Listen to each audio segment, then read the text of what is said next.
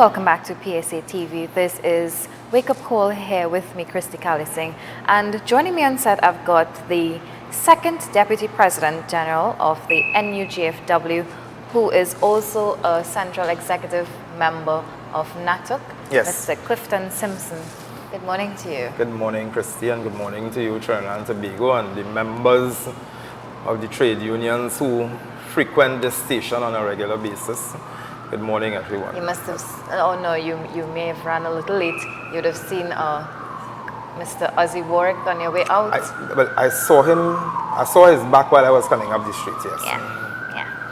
So a very interesting discussion we were having this morning about the increase for pension for parliamentarians and not public servants.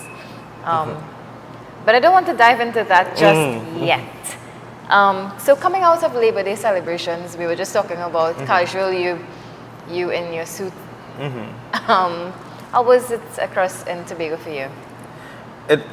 Well, for those of us who were part of the organizing, it was a very hectic period. I would have but had all worth it, I'm sure. All worth it. I am hoping that the members of the public would have gotten the message, because I know there were some little political statements that were made in between, but the message about workers of itself, I am hoping that everyone would have embraced what we in the trade union movement were saying. Yeah. So, what do you thought about the actual march itself? Well, the celebrations. I don't want to call it a march. It is a march, but you know, it's to me it was more of a celebration. You know, we must know that on the day in 1937 when that riot took place, people weren't just rallying and marching. They were also embracing this local culture. Yes. And in our and historically, when the Butlerites, before what we know to be the now modern thing down in Faizabad, when the Butlerites were celebrating it in Faizabad, it was a carnival. And they were really, those people, that village of Faizabad, they were the ones who really started the whole movement in terms of the modern trade union movement. For us, it is a celebration. We celebrate the fact that we would have stood up for our rights back then. We celebrate the fact that the government, yes, the government would have recognized the day as a national holiday so that we could recognize the contributions that those persons back in 1937 made and the persons before them, because quite obviously there would have been something taking place before 1937 that would have caused it to reach to that. So we mustn't lose sight of that fact.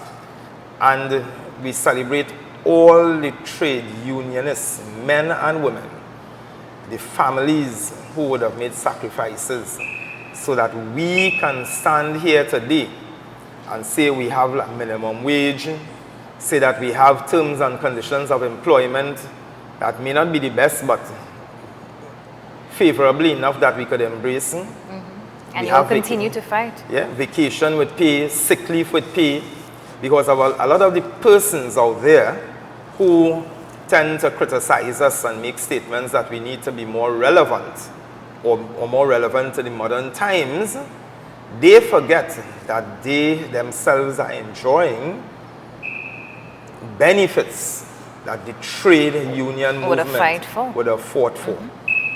And those who want to stand to the side and embrace the political parties, they forget that they would not have had those political parties if it were not for persons in the trade union movement advocating for things like that to happen.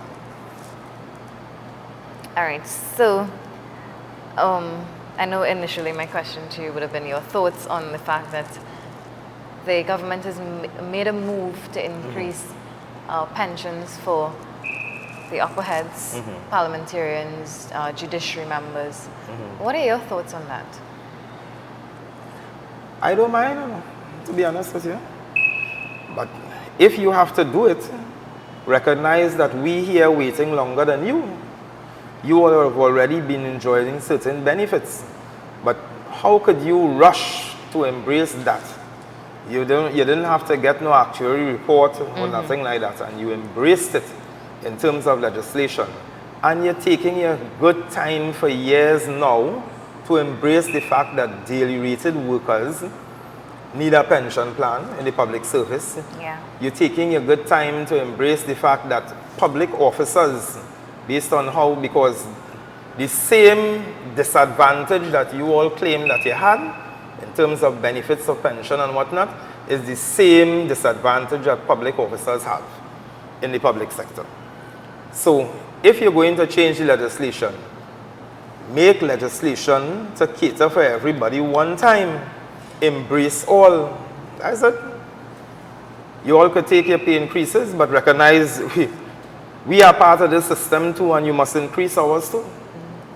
That's my position on it. All right. So if I could just step away from that.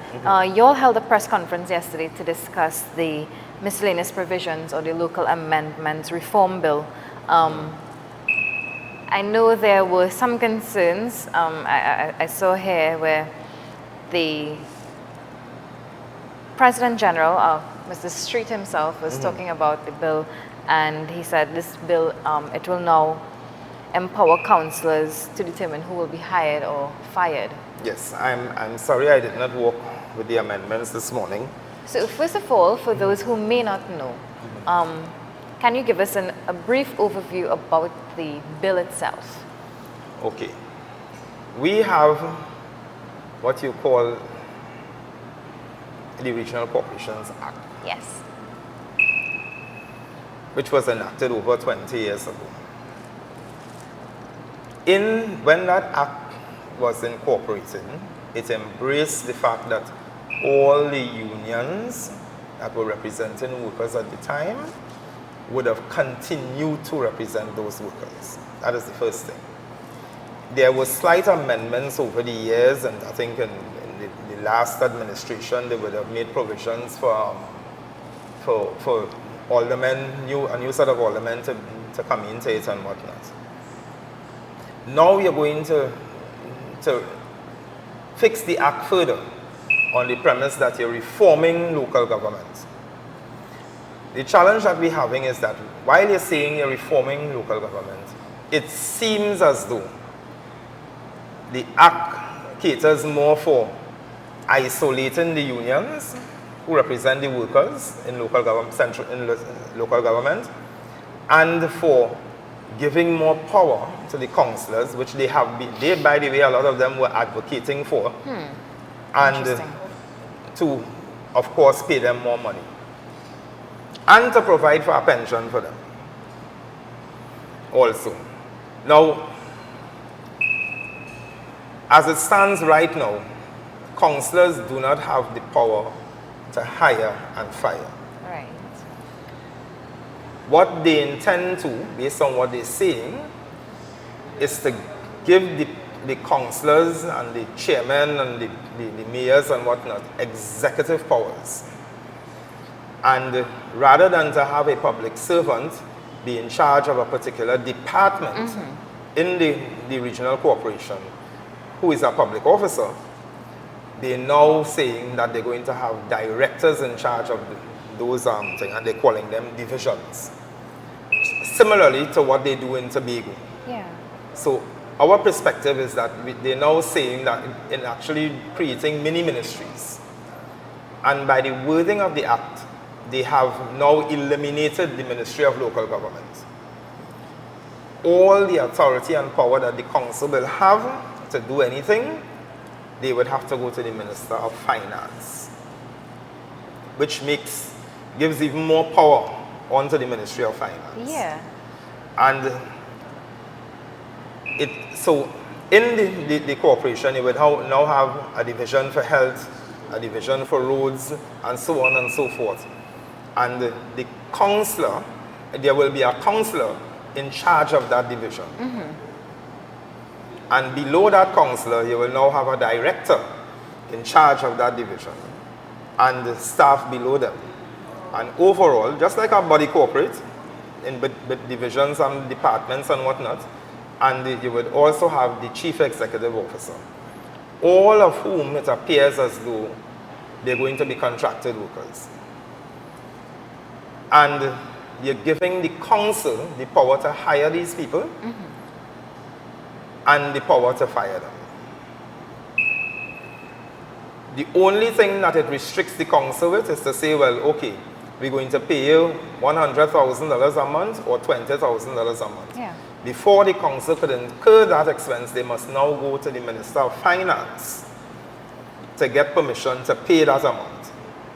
Now, it stands to reason if you're now moving me from being a normal manager and you're calling me a director and you have embraced a certain theoretical management structure, that the compensation that you have been paying me before must now increase, or it must now be adjusted upwards. So, while we're talking about there's no money to pay public servants and whatnot, you're actually going to be increasing the administrative costs of each corporation as they go along. Now, what they didn't speak about is the fact that because of Tobago has a special allocation in their arrangement from the budget, a percentage. Yeah. They are not saying whether or not the council is going to get a special allocation. And we have 14 corporations. You have 2 cities, and you have, I think, about 4, 5, 6 borough corporations, and then you have the regional corporations. So, how are you going to compensate? It means that automatically the budget is going to raise administratively for local government. And that is in the face that you have 2 outstanding collective agreements for the workers in those corporations also. So if we were to settle tomorrow and with an increase, it means that too is going to increase. Yeah. And then you're moving them away from where the union is negotiating with you for a pension plan to saying you're going to impose a pension plan. The pension plan, you can't find the time to agree with the union with yet, after all these years. But you're now putting it into law that you're going to give them a pension plan. Lord alone knows what kind of pension plan they're going to get. If I could just read a little bit from there's an article done in today's Newsday where Mr. Street was asking the intent of the bill, and he said, as it does not benefit burgesses or workers at corporations, but it tries to bolster local government councillors. The article further states that he pointed out the bill would have the chairman becoming, just like you were saying, an executive chairman and the treasurer a director of finance. Director of Finance. And something very interesting here where he says that politicians are going on an ego trip. Yes, yeah. So they stand to benefit big time. Yeah, everything about it speaks about... Especially the Ministry of Finance. Yeah, everything about what the Act says speaks to benefiting the people who are elected and not the actual burgesses themselves. We, the ordinary citizen, who have to face the bad roads, the poor drainage, and not for want of the workers wanting to do it, but because a politician would redirect the resources for those workers to do it and give it to contract labor. That is the reality of what we are being confronted with in our system. And mind you, an already established fact that a lot of the contract labor is gang related. Is that a fact? Well, it has been said many times in the past. I have been hearing that since 1991. Very interesting there. Very, very interesting. Yeah. But all of us who comment to all the commentaries that you're hearing on the talk shows on the radio, especially the ones that are politically oriented, and the political people who talk, former commissioners of police, all speak to gangs having contracts or controlling contracts in the corporate, well, not the corporations, but in the URP and to some extent the CPEP and all this sort of thing, and which would have fueled a number of the gang wars and whatnot along the East-West corridor. So I didn't say it. There is a record somewhere of many people saying it, people who are in administrative authority. And even in the last administration, if you would recall the basketball program and all those other things, when the Ministry of National Security had to get involved. So why you feel that happened? It wasn't nice, innocent citizens alone they were trying to protect. It was because they knew that there were elements who, with nefarious intentions outside of the normal citizens who wanted to get in and pierce the system. And this might just be an easy way to do it. Of course. And I told one of the media people yesterday, people make statements about trade unions must become more relevant, including the president. But what is your version of trade unions becoming more relevant? Is it that we must sit down and watch these pieces of legislation pass and say nothing, or say yes, it's a good thing that the government passing a law, and see that there are flaws in it that could affect ordinary working class citizens and workers in the main? Or is it that we must speak out on the specific issue, not because we belong to some political party or favor one party over the other, but on the issue as the time comes along? The thing is, some of us, we forget that after these pieces of legislation pass, we have to live with it. Or is it that probably we should take some of our members' money and start donating to political parties so that you will probably hear us more? Is that what you consider to be more relevant? Because no law in the land would allow us to do that. Let me make that clear one time to both members and to the political people. When we donate to political parties, it's out of our own pocket. Those we favor or we feel that may bring greater benefit, or some of us might donate to all the parties. But when you're talking about legislative changes for political parties to account for where the campaign finance is coming from, I am not seeing any rush to the parliament to be more relevant to the modern times as the rest of the world is being, to account for where you're getting your money from. But I know that some people claim that they don't get it in no illegal way. But when you're keeping fundraisers and one party financer alone buys $1 million in raffle tickets, or to be balanced, tickets in dollar fet. You don't have to account for where that money came from. All you have to say is that people bought tickets. $1 million, $10 million in tickets, whatever. So they're playing smart with stupidness, and people who want to close their eyes to that bell, they could sing it. I just making that suggestion. It may be true or it may not be true. But you come to your own conclusion where the money coming from, if it ain't coming through the doors on the books, any other way. Local government reform. How important is that? It is important because the Burgesses have been complaining year upon year about getting better quality service. To be quite honest, persons have raised the issue that the councillors must be full-time people and not just paid a stipend. And the reality is there are councillors who are on the ground as though this is a full-time job, when in truth and in fact it is a part-time job. It is? Yeah, and they are paid a stipend. They cannot really and truly be compensated for the amount of work that they do. So I am in full agreement with making the councillors full-time councillors.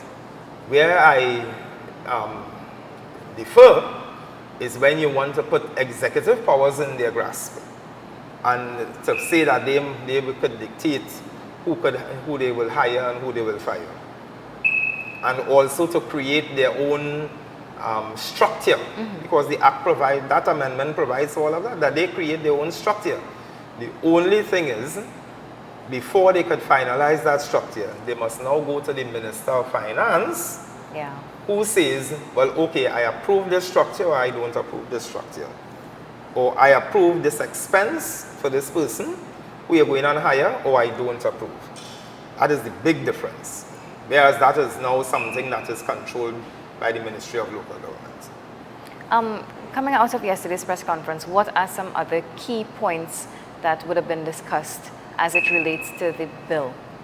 Well, we raised the issue also that the bill, we want for local government to be a creature of the Constitution of Trinidad and Tobago. And the reason why is because we feel that it has been used as a football. At one time it was under Ministry of Works, it was under another ministry at some other time, and as a political football by the politicians, all of them, from time to time. And we feel that given the importance of the type of operations that local government performs, that it must be a creature of the Constitution and it must not be used as a football by political parties when they're in power to gain favor one way or the other. It has to go before the Parliament for a special majority rather than just a simple majority, and everybody has to live with it. And that bill is being debated today. And that bill is supposed to be debated today. What were some other... We raised the fact that we would like it to go before a joint select committee, and we will want our opportunity to comment on the bill, because the bill has an impact on, let me tell you, the organizations. The PSA is the first one, as monthly paid officers would be affected. The NUGFW, as the next largest trade union involved in local government, the Amalgamated Workers Trade Union, who is responsible for Port of Spain City Corporation, the Contractors and General Workers Trade Union, who is responsible for Santo Fernando City Corporation, and the Municipal Police, who a lot of people forget. Bodies. Yes. Yeah. Who a lot of people forget. Yeah. All of them, it will have an impact on, in terms of where union representation is necessary. And you have not sat down, gotten our views or anything. I was just about to ask, were there any consultations before this bill was actually taken to Parliament? There were discussions. Inclusive of trade unions? Or? Yes. And let me tell you what was the challenge. In the first instance, they formed a committee. Our union and the other daily rated unions were invited to be part of that committee. And what was happening is the permanent secretary was coming to the meeting and dictating what must be in the bill. Our President General objected. I think the current local government minister came in to be in the new minister, and he came to our union office with his PS and sat down with our President General to hear our concerns in the immediate sense. And there was a response that they will get back to us to continue discussions, and also in terms of what we would like to see in the amendments and whatnot, and that never happened. Never happened. But like a thief in the night, we found out over the weekend that the bill is now coming up for debate in Parliament. I feel like a lot of bills the government has been introducing on us just overnight. Yes. I mean, that is par for the course in terms of your strategic political thing. But why they don't bring a proper industrial relation? After all the consultations that we did, why they don't bring a proper amendment to the Industrial Relations Act? That's true.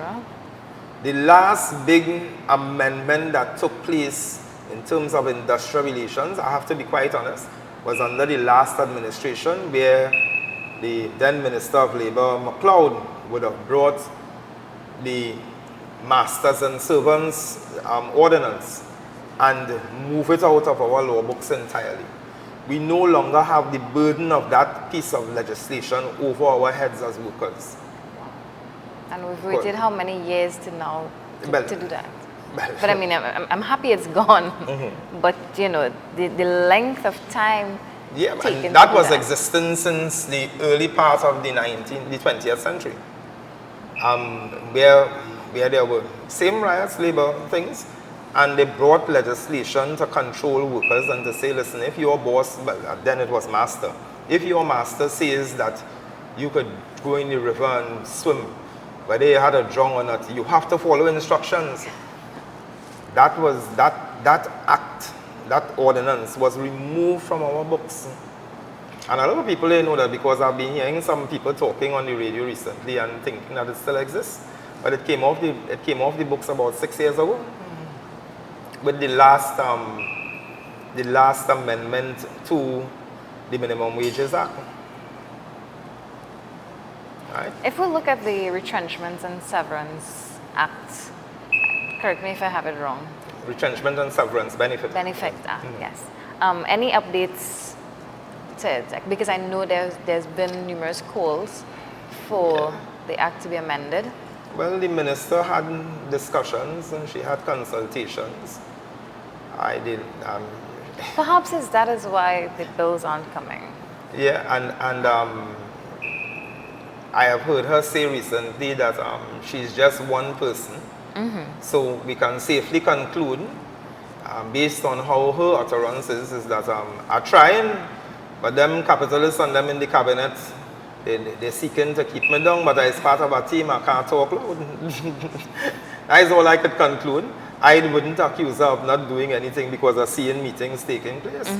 But if it is that you are part of the cabinet and holding an influential position in industrial relations, and you have and she's not the only IR person on the cabinet. People don't know the current Minister of National Security, the Attorney General, the Minister of Agriculture, herself, all of them, because I would have met them at different times in their other incarnations.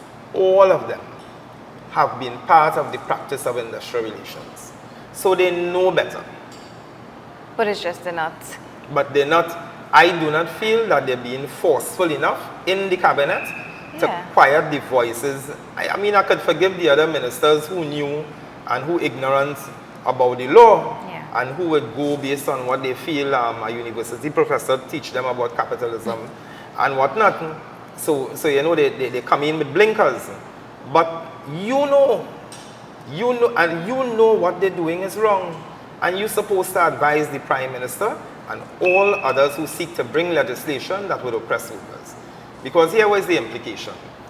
They have not spoken about workers going with their trade unions into the new incarnation.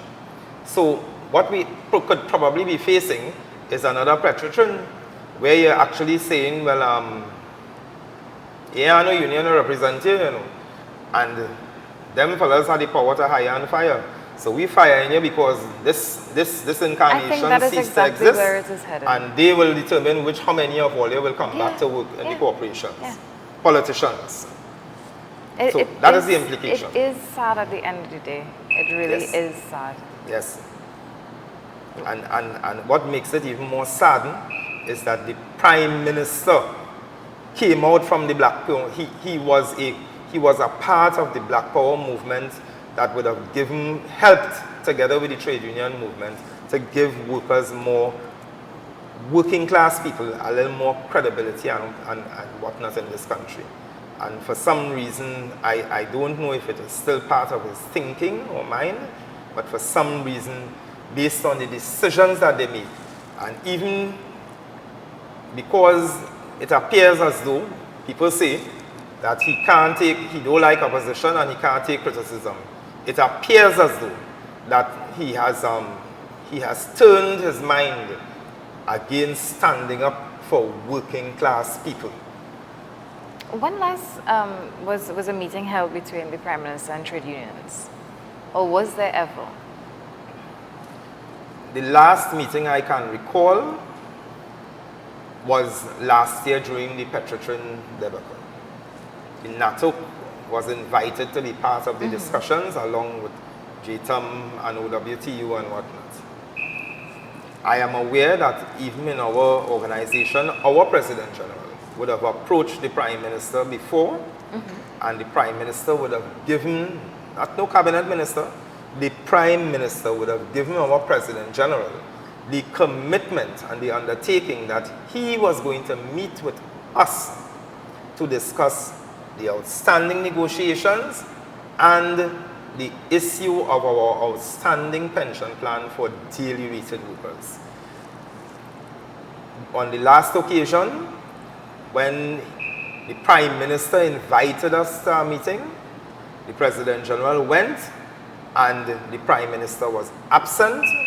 He sent other ministers whom we would have had dealt with before and who, as far as we are concerned, have not taken the time to even write back a letter on behalf of the Prime Minister to say, well, we apologize, but we acknowledge all the information you have given us. We are working on it now, so we will get back to you to give instructions or whatnot. Nothing like that. The Prime Minister asked the President General, say, beg your pardon, I know I missed the meeting, but I will convene. The last time that happened was just after Carnival. We are still waiting. I don't know if it's because probably he's not a PNM advocate. That's how he used to be, the Prime Minister, treating him with scant courtesy. But that should not have anything to do with it. It should not. The issue of people, working class people, has to do with it. There are a number of people in the Dingo-Martin Regional Corporation who work in the Prime Minister's constituency who will be affected by this bill, and not in any positive way as far as we are concerned. Do you think they know that? If they know that, Yeah. the people who are working in the constituency. Yeah. Well, if they don't know, we will I feel like they intend to don't let know. them know. I think what is needed is probably like a drive to educate people, perhaps who don't know or who aren't aware of the implications of this bill, so that people could now be more aware of what they stand to lose. But in Dingo-Martin in particularly, we are trying to have a meeting with the workers that day next week. I don't have the specific date. Very nice. So we can highlight this specific issue and all the outstanding issues with negotiations. So I am hoping that they are listening and they will come out to our meeting and whatnot. Because if we don't say anything, people are going to say, but all you sit back and all you did nothing. I would rather we say something and you probably dislike me for it, but we must be on record of trying to fix this thing before it goes into the parliament and a vote is taken that will affect all of us in a negative way. If you want your increases for your people, fine. But recognize that there are workers, thousands of workers, who will be affected by it. And by extension, the burgesses will be affected by it. We still have workers in local government who, Common Street would have raised the issue yesterday. You never have safety equipment. Wow. You never have tools. We're watching the other labor forces like CPEP and URP people getting all the tools and equipment. We're watching you take away money that should be allocated to our members and putting it in CPEP and other areas. We are watching the fact that areas that we normally clean and service and whatnot, you are now handing over the service to those areas. And while our workers are there, you're setting up our workers now to be there present on a job without anything to do. Years ago, there was a complaint that people brought to my attention. You would send the labor force to Street 1, well, Abercrombie Street, we would use Abercrombie Street as an example. Send the gang there to work. And when they move and go in another street, you now drop in the equipment. So it may take about 3 months before the cycle is complete and they come back there. And by the time they reach back there, people thief out half the thing and them on the road. All the gravel, the sand and everything that they drop. So, and people looking at that and they're saying that workers not being productive. We're not being productive because you design the system so. And if it is that, rather than to go through a whole thing with the bill, sit down with the unions, let us identify where those weaknesses are and fix the system. What are some of the recommendations you all have? Well, For the bill itself. for the bill itself, the first thing is to include it into the Constitution. The other thing has to do with giving succession to the unions that are already existing in the system that already. Further to that, we had no specific issue, except because we haven't we didn't finish delving into it, except This is you just see their that issue. service.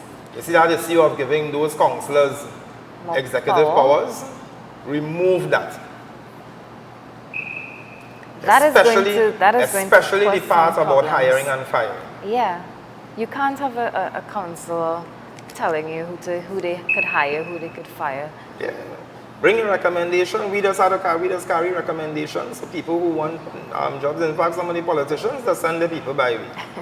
Because in our collective agreement, we can make recommendations for persons to get hired once there is work available. But I don't want people to feel we could just send a recommendation and you get hired just so.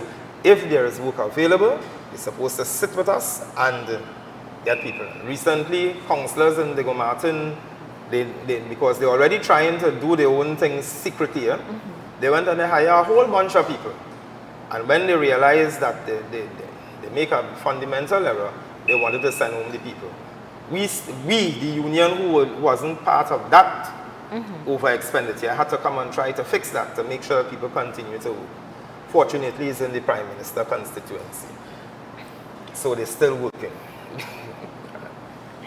And in case you're now joining us here, this is PSA TV. This is the Wake Up Call segment here with me, Christy Callising, and on set I've got with me the second Deputy President General of NUGFW. We're going to toss to a really short break right now, and when we come back, we'll continue our discussion. Stay with us.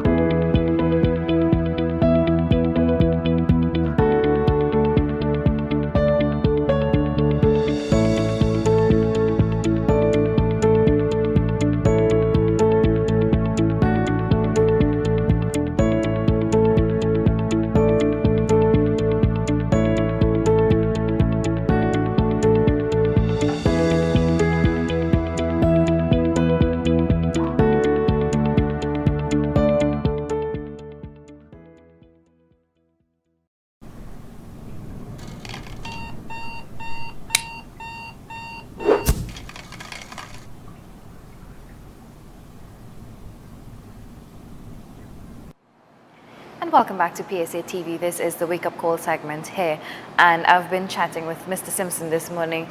We're going to talk a little bit more about the pension increase for parliamentarians, those in the upper heads. I know you were just telling me that there's more to it.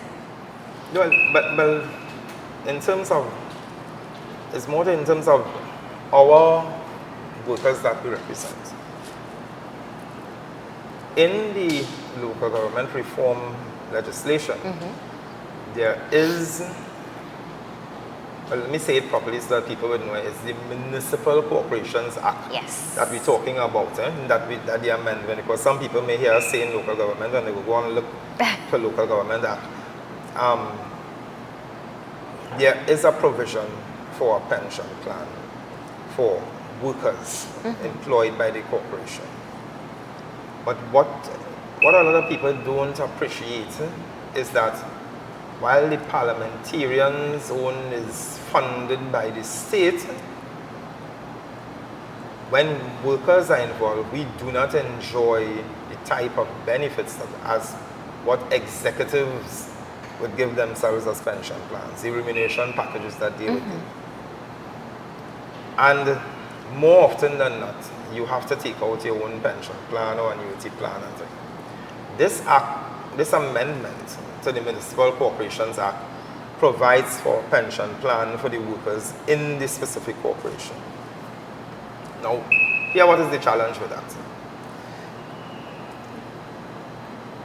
If you have 10 corporations, and each one of them have 1,000 workers in them, it means that you now have to take out 10 pension plans. The power that, especially if it's a contributory plan, the bargaining power that the one individual corporation would have in terms of what benefits they could gain from a pension plan when you go to any financial institution would be significantly reduced because you're only talking about 1,000 people. Whereas as it currently exists, where the unions are proposing, our union is proposing a pension plan, you have 10,000 people that would be in a contributory plan that can strengthen our bargaining position to give the workers a better pension plan when they retire. And that is the other disadvantage that they are putting our members in, and workers, and even persons who are citizens who are burgesses in their constituencies and communities. That is what they do. That's very interesting. And strange enough, a lot of the councillors and them, quite a number of the councillors are daily rated workers. People don't know that either.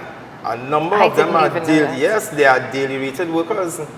Our President General was a daily rated worker and he was a councillor at one point in time. And there are a number of them, councillors and aldermen, who serve in corporations. What they normally do, they would transfer them to work in another corporation if they are elected in this corporation. So you don't have any conflict of interest. A number of them will be affected. So I can't understand why they're sitting back and being quiet about this piece of legislation coming that will have an effect on them when they stop being councillors. What is your next step of action, the union as a matter? What is the next step of action? I know you told me about having some consultations in the PM's constituency. Yes, but that is not the only place that we'll be having. So you're Friday we're in Chaguanas. This Friday we're in Chaguanas. Next week we will be in Saparia and Rio Claro and all those places. But I am not an advocate of the next step to pronounce it. I feel that those persons in authority who don't care enough about us to speak to us before they do this type of thing, they must feel the effect of whatever the next step will be. Mr. Simpson, we have just about 1 minute to wrap things up, so I'm going to ask you your closing comments. Support your union. There is no political party has ever come and say that they're giving you any kind of benefits or the best benefit. It has always been your union, whether it is the members of NATOC like the PSA and CMEN and NUGFW and whatnot, or GTAM, no political party has ever given any workers anything freely just because they like them and they vote for you. It has always been the unions that has to advocate, and we are saying support your union, whatever sphere that we're trying to make representation for you on their behalf. All right, well, I want to thank you so much for coming on our show this morning.